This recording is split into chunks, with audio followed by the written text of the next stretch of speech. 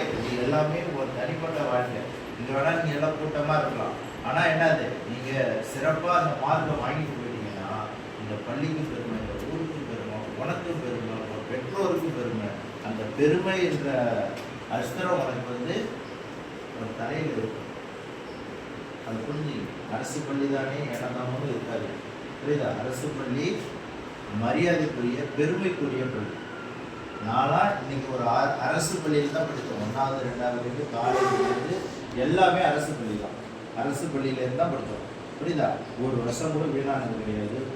சின்ன வயசுல நாங்களாம் வேலைக்கு ஒரு 25-26 வயசுலாம் வேலைக்கு வந்தோம். அது கவர்மெண்ட் ஸ்கூலில் படிச்சுட்டு கவர்மெண்ட் ஜாபுக்கு வர்றது அவ்வளோ ஒரு சாதாரண விஷயம் கிடையாது. இன்றைக்கெல்லாம் எட்டாக்கணி.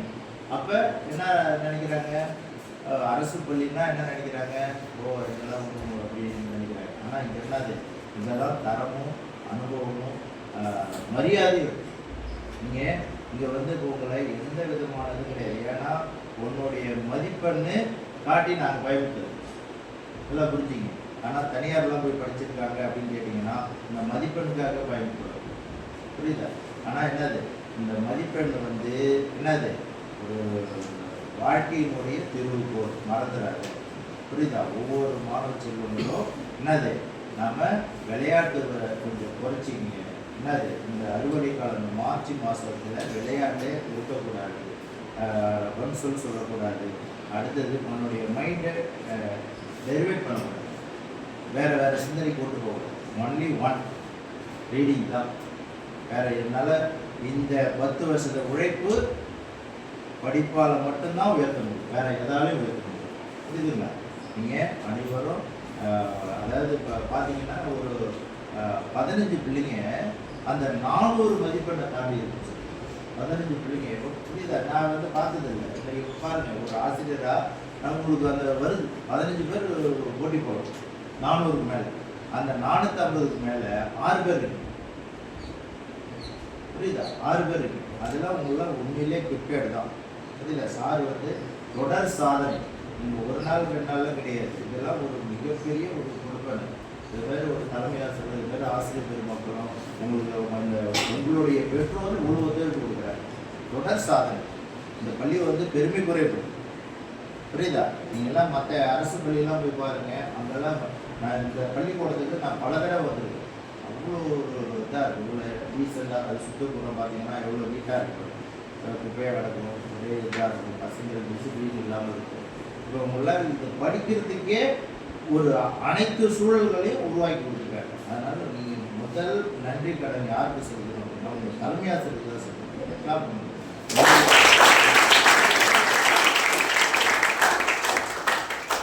என்ன விஷயம் அப்படின்னு கேட்டீங்கன்னா, கடுமையான இடத்துல தான் டிசிப்ளின் இருக்குது. கடுமையாக இல்லை அப்படின்னா டிசிப்ளின் கொண்டு வர முடியும். நீங்கள் ஃப்ரீயாக விட்டுட்டோம்னா என்ன ஆகும் அப்படின்னு கேட்டிங்கன்னா, இந்த நம்ம சொன்னது எதுவுமே கிடைக்காது. அந்த பள்ளிக்கூடத்தில் ஃபஸ்ட் மார்க் என்ன அப்படின்னு பார்த்தீங்கன்னா 118 இந்த 400 15 பேர் இவ்வளோ வாங்குறீங்க அப்படின்னா அதனுடைய அடிப்படை என்ன எங்கே இருக்குது அப்படின்னு கேட்டிங்கன்னா அந்த டிசிப்ளினில் தான். அதோட கடைசியாக தான். புரியுதா? நான்லாம் சார்ட்டை கேட்டுருந்தேன், சார் எப்போ பார்த்தாலும் 1 பசங்களாம் 1 மார்க் வாங்குறாங்க அப்படின்னா அதுக்கு ஒரே காரணம், அந்த சின்ன வயசுலேருந்து உங்களை பக்குவப்படுத்தி அதே லைன் மாறாமல் வளர்க்குறது. புரியுதுங்களா? கொஞ்சம் விட்டுட்டோம்னு வச்சுங்க, இந்த மார்க்லாம் வரவே வராது. வேறு அடுத்த ஒரு தலைமை ஆசிரியர் வரும்போது தெரியும் உங்களுக்கு எப்படி இந்த ஃபீஸ் எல்லாம் இப்போ குறைஞ்சிது அப்படின்னு. இது எல்லா படத்துலையும் அப்படி தான் நடக்கும். புரியுதுங்களா? இப்போ நம்ம இங்கே நல்ல கட்டமைப்பு, நல்ல கட்டடம், நல்ல ஒரு அட்மாஸ்பியர், இதை விட உனக்கு கொடுத்த வச்சது எதுவுமே கிடையாது. நீனா இந்த பள்ளியை கண்டு இன்னும் 10 வருஷ காலத்துக்கு பிறகு எப்படின்னா பெருமைப்பட வேண்டும். உன்னால் முடிந்தால் மீண்டும் இந்த பள்ளிக்கு ஒரு டீச்சர் சொல்லியிருக்காங்க, அவங்க நாங்கள் படித்த ஸ்டூடெண்ட்டு, நாங்கள் ஒரு பார்ட் டைம் டீச்சர். அது எவ்வளோ பெரிய பெருமை, மனசுக்குள்ள ஒரு சந்தோஷங்கிறது என்னது சொல்ல முடியாது. அதெல்லாம் அதான் மிகப்பெரிய கூட்டம். புரியுதா? நான் படித்த பள்ளிக்கூடத்தில் நான் ஒரு ஆசிரியர். புரியுதா?